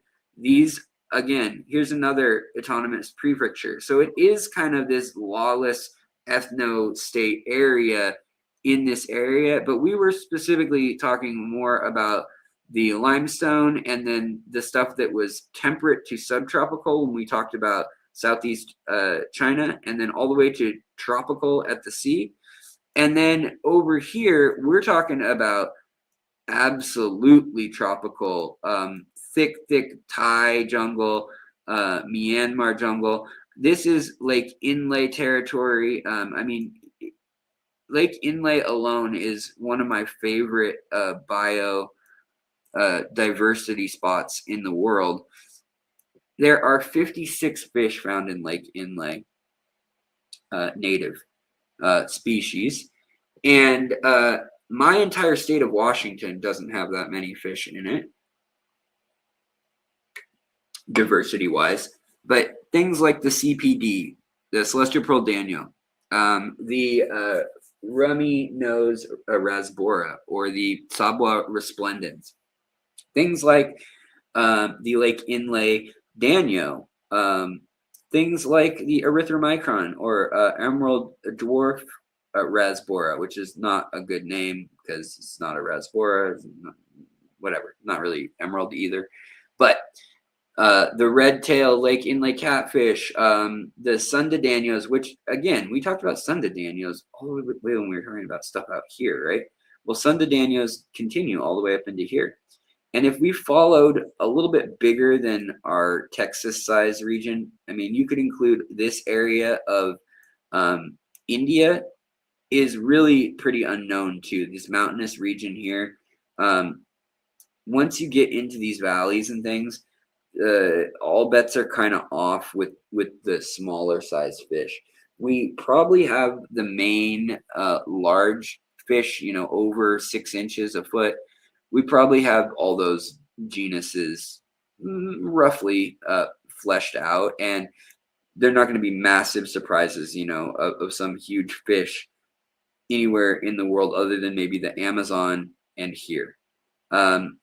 It's still possible here and up the Mekong, coming up the other side of, well, basically coming up this whole peninsula here. But basically, yeah, you've got your you've got the real massive Brahmaputra River that goes all the way up and around, and again, that comes out, and even though it is up here in India, it is, I mean, when you think of the people who live in Bangladesh living on those boats, and there's literally like thousands of people packed together in these boat communities at the mouths of rivers, and then there'll be a city also right there. I mean, here you can see thousands of boats right on the creeks, or right on the creek. What did I say, creek? It's a massive river. But yeah, and it's, you know, all these areas also have an old ancient history. They have agriculture going back 10,000 plus years. I mean, probably 15,000 years, right to the same as the Fertile Crescent age. And so lush, so mountainous, so many micro regions, and such strife. And also now we get everything from diamond mining to ruby and sapphire mines, to gold mining, to the illicit growth of poppies, to communist revolutionaries trying to influence Southeast Asia, to Muslim extremists, to Buddhist ultranationalists, which sounds insane if you haven't studied the region. But yeah, there are dictators that use Buddhism as their main religion of control. But again, I mean, this golden triangle, there's so much coming out of here. And in 2006, we had like the first big opening in the 20th century, or 21st century rather, of info coming out. Lake Inlay, we had like hundreds of new species coming out of the Shan State and the Karen State and the Wa State and Shan. You know, and all the way up here, like, yeah, Chiang Mai is a well-traveled, well-known place. But just getting from Chiang Mai to like Mae Hong Son, that is you can't drive. You're going to have to take a helicopter. Okay, guys? Even though it's like 28 miles or whatever over mountains, there just is not a path unless a river goes there. And then usually a road will follow the river. There's just all these little fingers that are dead ends. And with the monsoon season, all these little fingers flood, some more than others. Some turn into like a series of lakes and a series of oxbow rivers that are just braided and all over the place. And sometimes they'll actually come together and like touch each other, two different rivers, and connect, and then they'll, again, for a million years go their separate ways and carve into a new direction. It's absolutely fascinating what goes on in this quote unquote golden triangle. Now it was named that due to the green stuff and the poppies that were grown here mostly. Now, though, the illegal go fast ice in the jungle is being made here by the billions of doses, more than Mexico, more than anywhere, to fuel China and Japan and Taiwan and Korea. Those stimulants are seen as acceptable. And unfortunately, that also brings the border in these areas more chaos. Also, the government's crackdown, they've been getting assistance from the Chinese government more directly again. And if it's not the Chinese government, then it's either the US or the Russian. Usually there's one side playing another side. Unfortunately, the people in Myanmar have paid the price every time. And whether it's, you want to talk about the Rohingya people and, you know, the Muslim versus Buddhist like ethnic problem and the over 1 million people displaced, that's going on more up here. There's a lot of issues in this region that have displaced people, and those have reverberations that then, you know, affect the economy, affect the quality of life, that bring in things like NGOs. And then when war happens, a lot of times those things get forced out, and basically they just give over control to whoever's there. But things like research and stuff kind of just go by the wayside. And the only thing that's getting done collection wise is hardcore adventurers or people who know the region, like their families ethnically from there. And, you know, nowadays everybody's modern. Everyone's got a cell phone, no matter how remote. But, you know, maybe only a few people in these remote areas have the money to then come back and share their trips and things with us. But, you know, Lake Inle was quite the tourist spot for a long time. Same with Yangon, which I would consider firmly in the golden or green, sometimes it's called, but golden triangle. And it's kind of been a mysterious region for a long time. Civilizations have disappeared, risen, become massive, like Angkor Wat, and then just disappeared from this area. Same with some of the ancient Chinese stuff. Same with some of the ancient Indian stuff. So anyways, really fascinating, tons of diversity, and the whole world undoubtedly, as now we went down the list. And I'm going to give you guys one last rundown. I'm gonna look y'all in the face, because I know that's a lot of talking. It's a lot of talking that we just went through, if you made it through. And hopefully that was like a nice audio podcast, you know, for y'all who are interested in a nice listen. But at number 10 on our list, we had Bamako, Mali, or we had the Sahel region of where Africa turns from savanna and desert in the Sahara Desert to the more grasslandy and then downright tropical, you know, region of when you come into the rivers like the Niger River and that area in Mali, and then, you know, Burkina Faso and Guinea and all those places like Sierra Leone. A lot of diversity there, a lot of instability, and we've gotten a peak, then gotten kicked out, gotten in, gotten a peak, gotten kicked out. Now, number 9, we had the island of Borneo, 3 nations on one island, getting developed at an extremely fast rate. And the natives are also being trampled there by foreign companies. Generally, Chinese are the ones that are getting accused with things like massacres as recent as a year ago, with some of the tribal people that still are very secluded. Now, they're not cut off or like undiscovered there, but Papua New Guinea is pretty darn close, and Borneo is like right up there with it on the interior there. So number 8, we had the south of Colombia and that kind of Ecuador border area, but everything that used to be FARC and ELN controlled all through the narco years, and also during like the fruit years when those countries all the way up through Panama and the Darien Gap, you've got basically robber barons. You've got a few very, very rich people controlling the land and everyone else kind of living off of it.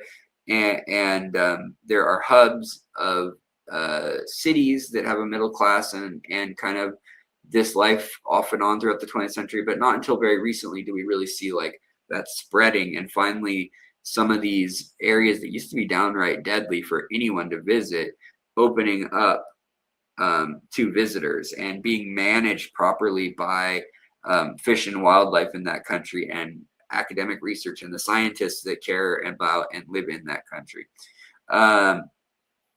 Also, after that, we had the Peruvian and Paraguay and like the other side of the Chilean and Andean gap, the south side of the Amazon. And then we had and basically it's just remote. It's where there's a lot of remoteness. And then if you get out of that, people are expecting that where all these uncontacted tribes are, we're going to find a bunch of fish we've never seen before. But that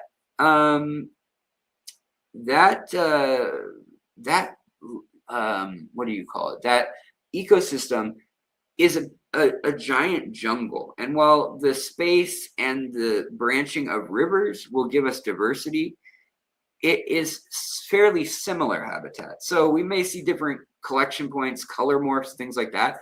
We probably won't find anything crazy new in a giant biome or biotope that's connected and largely the same, because the fish haven't had to adapt way differently. But when we get into areas where the temperature's changing, the elevation's changing, and it's still a high biodiversity region, where we get that tropic or kind of Mediterranean subtropic, savanna, safari vibe, energy. That's where we can get things like the Pantanal, or we also mentioned the Guianan shield. So there's a lot of hope for finding new species there. Also, we need to preserve these areas because they're getting torched and torn down pretty quickly as well. But as we continue from there, we had the Democratic Republic of Congo and the Zambezi, the center of the Congo down to the south, the inner heart of the Volta and the deep Congo. But we also mentioned that there are some uncharted fish that just recently we've brought aquatic drones to at the mouth of the river that go deeper than any other river in the world, 900 feet or 300 meters deep in the river. And interesting, like at waterfalls and some of these rivers in Africa, they have this kind of continental shelf that drops, and when that occurs, there's a big series of they call them cataracts usually in Africa, but basically rapids and then waterfalls, like stepped waterfalls. And those are another feature in the land, elevation change, that can bring really specialized and interesting fish. And we'll find a lot of times some of the new fish that have been most recently talked about are at places like the waterfalls and at these continental shelf breaks. Okay, from there we had Papua New Guinea, which is the other island next to Borneo. That has all the rainbow fish. That has a lot of the international investment. Unfortunately, even more Chinese going on there, pretty exclusively Chinese development, whereas Indonesian and whereas Borneo has Canadian, American, European, you name it. Papua New Guinea is still seen as such an unwieldy place that China kind of brings in its entire society, like 5,000 people. They'll bring in a city, armed guards, police, the way they would run things in any town in China or whatever. and they bring in workers. They bring in, I mean, they even bring in like people who ask for visas and things. And a lot of times Papua New Guinea doesn't care. They don't control anything. They have like one town on the coast that matters at all, like Port Moresby. And that's where like there are a couple, you know, government offices and headquarters where the tribes meet. But basically, they'll pay off some of the tribal representatives there and then set up, and then they kind of have free reign, unfortunately. But yeah, so there's a lot to hopefully still find there, and hopefully, you know, as China is globalized, you know, I hope that some of their policies change from being quite so just you know, stripping the land bare and not caring what is going on behind. Now, you could say the same for American and Western companies. We've done that with mining and minerals for a long time as well. And we just try to hide our tracks, legally speaking, a little more obviously, whereas they don't. So the next place we talked about, number 4 on our list, was the Western Ghat Mountains of India. Absolutely beautiful. Everything from Goa down to Kerala. Really beautiful, very wet, humid jungle. And very big changes in elevation. Again, very high population, lots of national parks, which is great, but lots of experts in the country as well that are interested in going, and universities that will pay for them to explore and bring back info on these places, which is just as important in the long run. Okay, then our top 3 were Southeast China, and that lobe of China that is tropical up into, as it gains elevation, and you get into Yunnan province, and you get into more center of temperate China. As that transition occurs, as the elevation changes, lots of interesting things like the panda loaches and interesting little hovering loaches, and you know, all sorts of bitterlings and minnows and little darters or gobies and things like that. Lots of stuff being discovered as we speak. Some of it of a pretty good size that was just called by the locals, like, you know, lunch. And some of them are, you know, a foot-long fish. Same with the cave system there, the massive karst limestone cave system, the biggest massif, as it's called, a giant piece of the continent, all alkaline limestone. And there are caves all the way down to the bedrock underneath the mountains. There are rivers under the rivers, and it's very beautiful there. But very, very intense cave ecosystems that also are just showing us a ton of new species. Okay, number 2 was going to be the Central African Republic, and following that all the way into the Rift Lakes. We said a lot about that already. Lots of diversity. Cichlids, catfish, mormyrids, electrical fish. Mormyrids maybe some of the smartest fish in the world. Their biggest brain to body and energy size there is. Plus, they're an electrical fish that can communicate essentially telepathically with, you know, electromagnetic waves, pulses, and just absolutely bonkers stuff. And we need to study them. We can't let that disappear. Also, the last one, number 1, is the Golden Triangle, which butts up right onto that Chinese side. But really, we're talking about Myanmar. We're talking about Assam, northern Bangladesh, a little bit of Thailand, Laos. Everything that has been ungovernable for eons there, and tropical and mountainous, just tons of little nano fish that are beautiful, very diverse, and these valleys that are just, I mean, thousands and thousands of valley after valley after valley, and no way to get there other than the people who walked there originally to settle, you know, thousands of years ago. And some of them live right on the side of a steep hill, you know, doing rice farming or doing, you know, farming yams and, you know, lentils. Like, you don't think of that there. but that goes on just like in the Andes, stuff like that. So I hope you enjoyed this list. It's, of course, just my list. We went over why I picked what I did and why I think, things like AI or things like any Google lists where you try to find where are the most new species being found are going to be really biased and not accurate. But these places are regions about the size of Texas or France that basically keep yielding brand new fish, not just taxonomically or for the sake of a name change or genetically, but definitely are separate genetically, not just a clarification. These are all new species, all new looking species, exciting stuff that everyone would agree, that's a new species. Now we're still excited to clarify taxonomy and to reshuffle old species that are known, make it clear what's what. That's why we had to redo all the Corridoras and Tetras and Rasboras several times over and over and over, and Crebensis. But yes, land of the snakeheads, the Dario, the Battis, the Danios, so much to find there in that final spot. But finally, might find some of the only big fish left to find, like over a foot long still out there. So guys, that is the talk. I hope you enjoyed it. We'll say ending point right around 2 hours and 1 minute. If you guys had any burning questions or comments, let me know. Also, I see a chat from eBoy TBR. Thank you so much.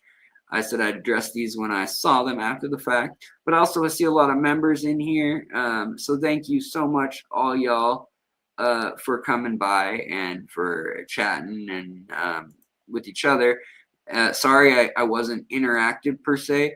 I just knew I didn't want to post a 2-hour episode, and I definitely didn't want to edit the footage for 2 hours of episode because I wouldn't have been able to find, more than static pictures of fish. Like here's 6 of the fish that we found here, and that would have just been up the whole time. So I think it's a little more fun to scroll the map and hopefully, just listen along too and do it this way. So I hope you enjoyed that.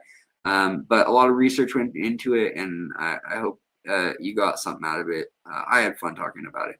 Also, Robert, thank you so much. Robert J. Clary, we got another super chat there. I really do appreciate that. Again, I am not just saying thanks to the super chatters. I'm also saying thank you so much to all the members that are in here, from FR Haber to Moteb 208, USMC, Jacob, Posilia Man. I mean, I see so many folks in here. Somebody I used to know, Luke, good to see you. First Class Fish, what's up? Mick, of course, Amy, George, Protocol Aquarist is still here. What's going on? Good to see everybody who's still here. Asya, good to see you as well. Yeah, I hope folks like this. If you did enjoy this one, please share it, because this is a pretty deep dive. This is probably a deeper dive than you ever get in an episode. But again, not the most flashy to watch. But I wanted to try it out and see what you guys think. So if this is something that works, and for me, like I said, with my health, I've been having a really hard time getting these big deep dives like edited and put together and then pared down to a manageable size. And then knowing that when I post it, not that many people may see it, not because of money, but just because of the people that I want to see it won't get alerted. It makes me so sad, and it really deflates some of the momentum that I had. Now I know I just need to suck it up and get over all of that and keep going and push through, and we're going to we're going to get back with the ball rolling on that stuff. And I have a species spotlight, plus I haven't done anything new or different with the new aquascape still coming along. We got a lot to still cover and talk about on the channel. Unfinished business. We have some special guests and things that are in the works. So I'm really excited about what we've got set up for the near future.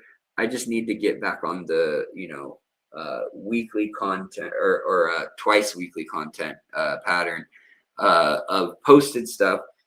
I'm also thinking about doing more of the hyper-focused deep dive shorts, if that makes sense. So they're not deep dives in any sense, really, but they're maybe something like scientific findings or articles or a new species that we just don't know that much about, but it's everything that we do know.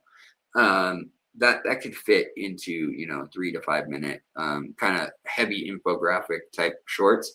But I agree that 15 to 25 minute videos are what I always liked, one at a time.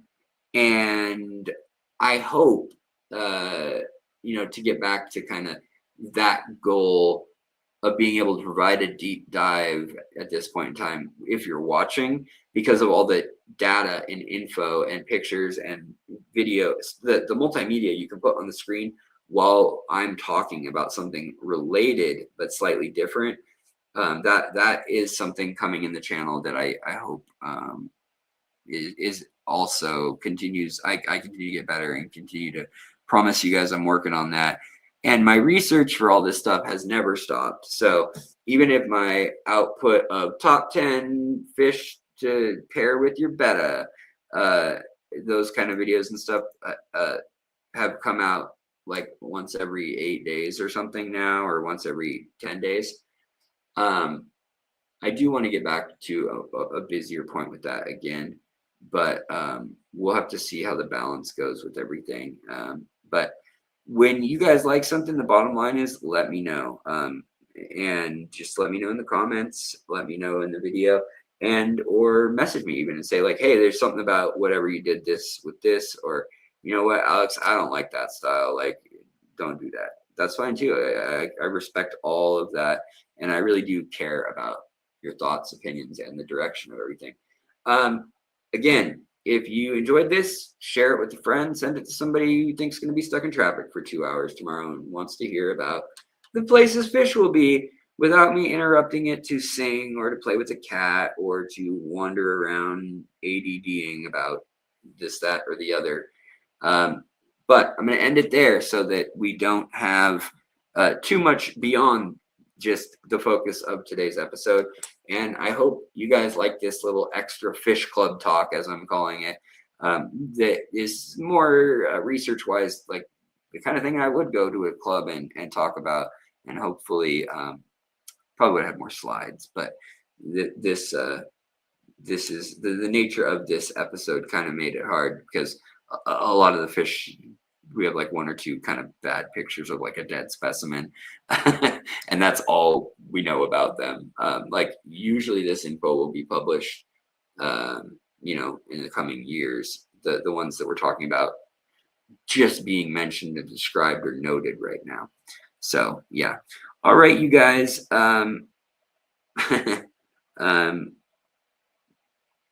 All right, Mick says he hears a song for you from Europe, The Final Countdown. Here's a new video and song from them with loads of Swedish well-known athletes and artists. All right, cool. Yeah, if you guys are interested in that, that's right over there in the chat right now. Love all of you guys in the chat, my friends. Oh, I wish I didn't have this stupid thing scrolling on this bottom of the screen the whole time. But if you do want to check out some awesome fish, including some of these new fish, that banner has been rolling the whole time, probably annoying everybody. I apologize. Also, I apologize if ads popped up. I put it on like not to pop up in the middle, but only at the far ends. And I know that's not that doesn't work. That for some people that holds true, and for others it doesn't.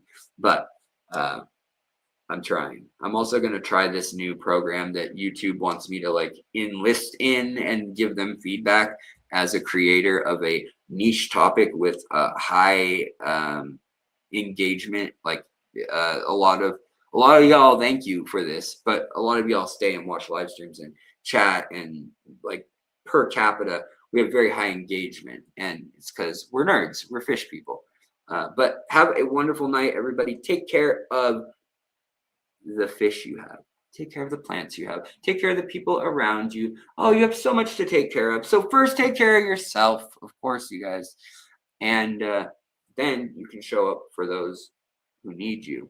So with much love, and thank you for your time.